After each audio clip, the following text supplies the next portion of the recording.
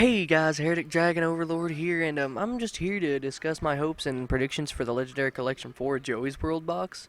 Um, as you guys know, Legendary Collection 3 Yugi's World had the Seal of Orichalcos in there, so I'm hoping that Legendary Collection 4 will have more of the Orichalcos stuff and things from Waking the Dragon, as it says in the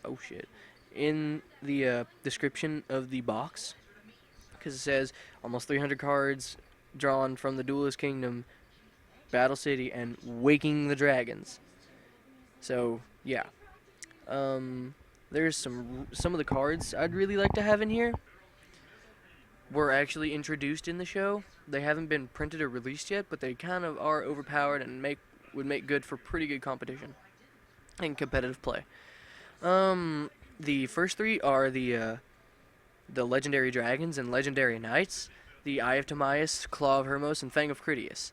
Really, why I want them is because their effects.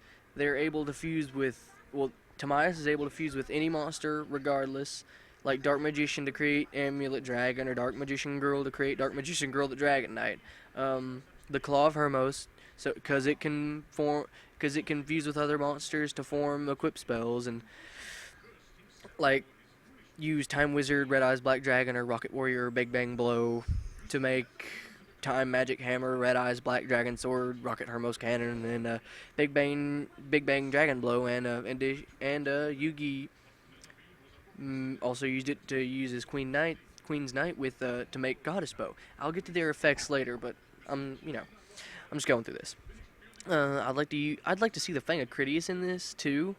Like I said, the three legendary dragons and the knights, because all their effects are basically similar, and Critias can fuse with traps to make new fusion monsters with similar effects to the traps. Like in the show, it did it with Crush Card Virus to make Doom Virus Dragon, Tyrant Wing to make Tyrant Burst Dragon, and Mirror Force to make Mirror Force Dragon.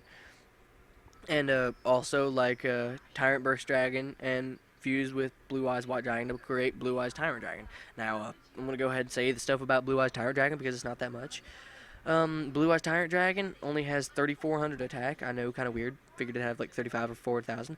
But its effect really wasn't shown or explained, so I really couldn't tell you if that card should be in there. I just know it looks pretty cool. And that's about it. So that's it. The Claw of Hermos. Yeah. The Eye of Timaeus, yeah, and the Fang of Critias, yeah. Now the cards that they fused with were that Timaeus fused with were Dark Magician and Dark Magician Girl to make a Amulet Dragon from Dark Magician and Timaeus, which which when summoned lets you remove from play all the spells in your graveyard, and the Amulet Dragon gains 300 attack for each remove from play spells. And since it has a base attack of 2,900, I say it could get at least up to 4 to 5,000, just depending on how many cards you have in your graveyard. Level 8 Light Dragon Fusion Effect, pretty cool. I think this would be a pretty good addition into the TCG. The other one that Timaeus fused with was Dark Magician Girl the Dragon Knight. Its effect is different. It's a dark instead of being a light like Amulet Dragon, and it's a level 8 though. The effect is at the start of the damage step. If this card battles an opponent's monster you control, you can send a card from your hand to the graveyard to destroy that monster. Now, for some reason, I think this would have some pretty good zombie support because you're able to send from the hand to the graveyard. Don't ask why. But yeah, these two cards have some kind of sort of pretty good effects, so yeah, why not have them in there? A couple of the few cards that Hermos you fused with was Time Wizard, Red Eyes, Rocket Warrior, and Big Bang Blow, along with Queen's Knight when Yugi used him. Time Wizard was used to make Time Magic Hammer. As soon as this loads up, Time Magic Hammer. Depending on the number of monsters your opponent has, you can when you activate it, you can roll a 6-sided die for each monster your opponent controls and assign a die result to each one of them, but only one at a time. Duh. And during your opponent's next standby phase, remove from play all the monsters your opponent controls, and during And then during each of your opponent's standby phases, return monsters removed by the card effects whose die results correspond with the number of your opponent's turns that have passed since they were removed to your opponent's side of the field in the same battle positions. So, say your opponent only had like 2 monsters on the field. You'd roll 2 dice. One got a 5, one got a 3. Remove from both from play the next standby phase. One would come back 3 turns later. One would come back 5 turns later. That's actually a pretty good card if you actually get to use it, if it doesn't get negated. Next is Red Eyes Black Dragon Sword. The equipped monster gains 1,000 attack, and it also gains 500 extra attack for each dragon type monster face up on the field. So maybe pretty good. I'm not sure because all it does is just raise the attack.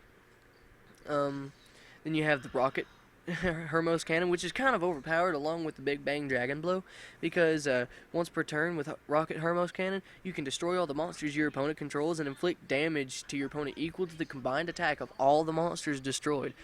So say you have like 3 or 4 2,500 attack monsters, your opponent's dead. Start a new game, bro. Basically the same thing with Big Bang Dragon Claw, but instead of it being once per turn, it's during either player's turn, and you contribute a dragon type monster to do it. But not being able to attack with Rocket Hermos Cannon, you could do it. You could still attack with Big Bang Dragon Blow, giving you an extra overkill strategy, just in case not all your opponent's life points are dead. And then you have Goddess Bow. The original attack. I really like this one because the artwork kind of looks simple, but it looks cool at the same time. And the attack and the effect for this card, kinda overpowered. Not really, but kinda.